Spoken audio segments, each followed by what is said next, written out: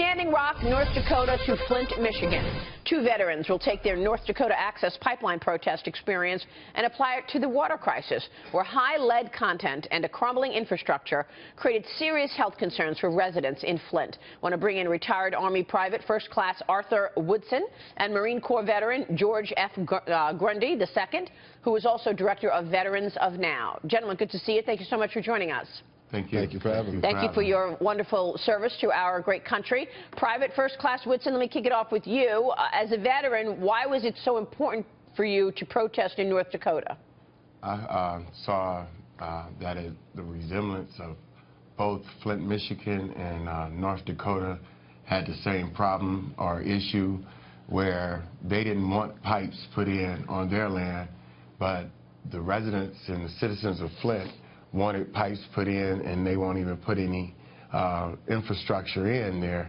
We only have 499 pipes put in so far out of a year, where they are not calling the situation in Flint a project instead of emergency. And I felt that when the veterans called for other veterans to come and, you know, be a buffer between the law enforcement and the people, I felt that it was my duty to go and, you know, put myself in between and let everyone know that abuse of power isn't necessary, and we can do this peacefully and come to a conclusion of where the people's voices could be heard. Yeah, Corporal Grundy, I want to find out really what you're looking to achieve here mostly, but Dagan, you've been studying this issue all weekend.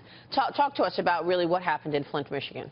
The crisis has been going on for almost 3 years, and the people of Flint were essentially lied to when it was very apparent that there was lead in the water in individual homes, that the government and the city and the state management has failed these people over and over and over again. Big time. And kudos to these two gentlemen, these two men who have served this country. But again, do you really believe at how poorly this has been handled that you two guys can make a difference at this point? Most definitely. You know, you have to start somewhere.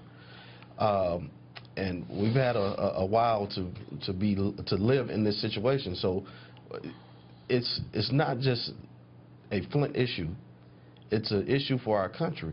If we allow injustice, if we allow people to be abused and mistreated anywhere in this country, then shame on us as people, as a country united.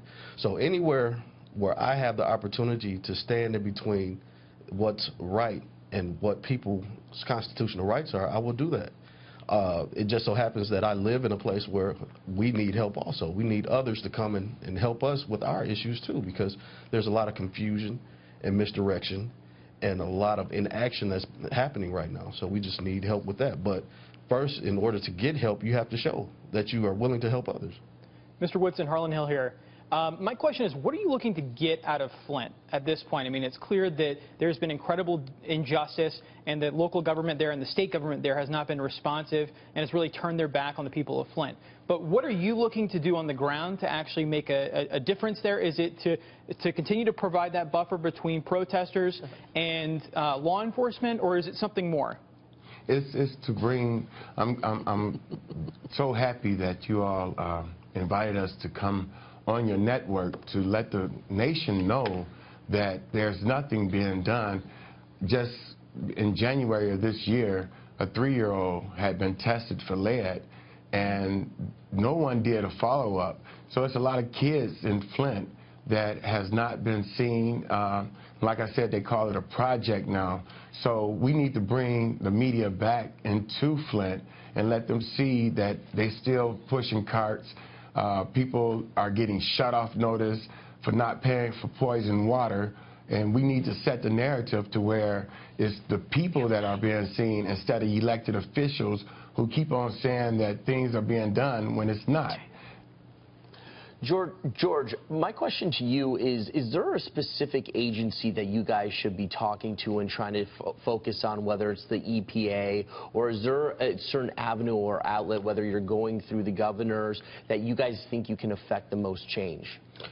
At this point, it's difficult to say because, you know, I've been in meetings with mostly all of them, but there's been no major change. There's been no nothing to like a fire under the concept of getting this stuff done. So Why who not? do we Are talk they just to? I'm not pointing sure. fingers? Are they Why just not? pointing fingers at each other and just trying to deflect blame? Is nobody going to be held accountable? Exactly.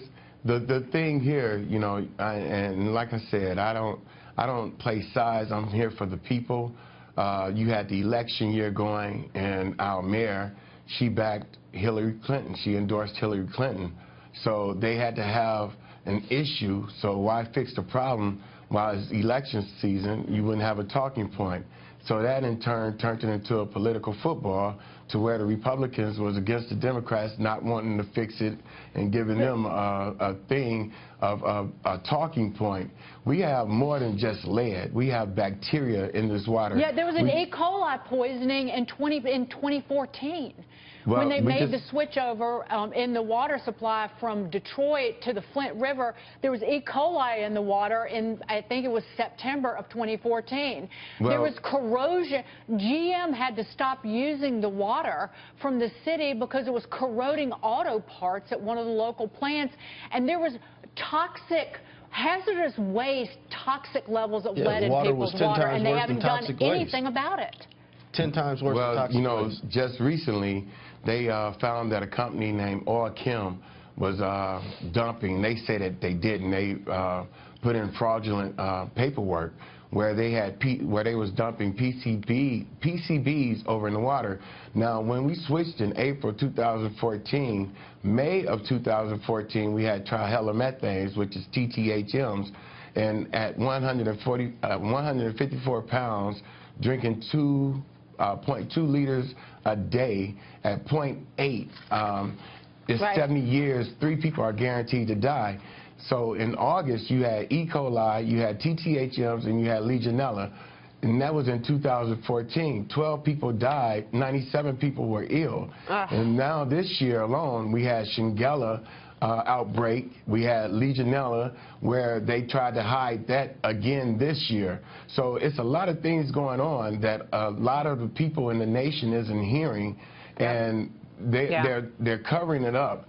And what we have here is lack of communication. The city, they sending money in for infrastructure. We have 29,000 lines that needs to be changed. And since February, when they got the $2 million, all we done had is 499 service lines changed. And who's going to change lines now that the snow's on the ground? People want to see some accountability here. So, gentlemen, thank you so much for your efforts.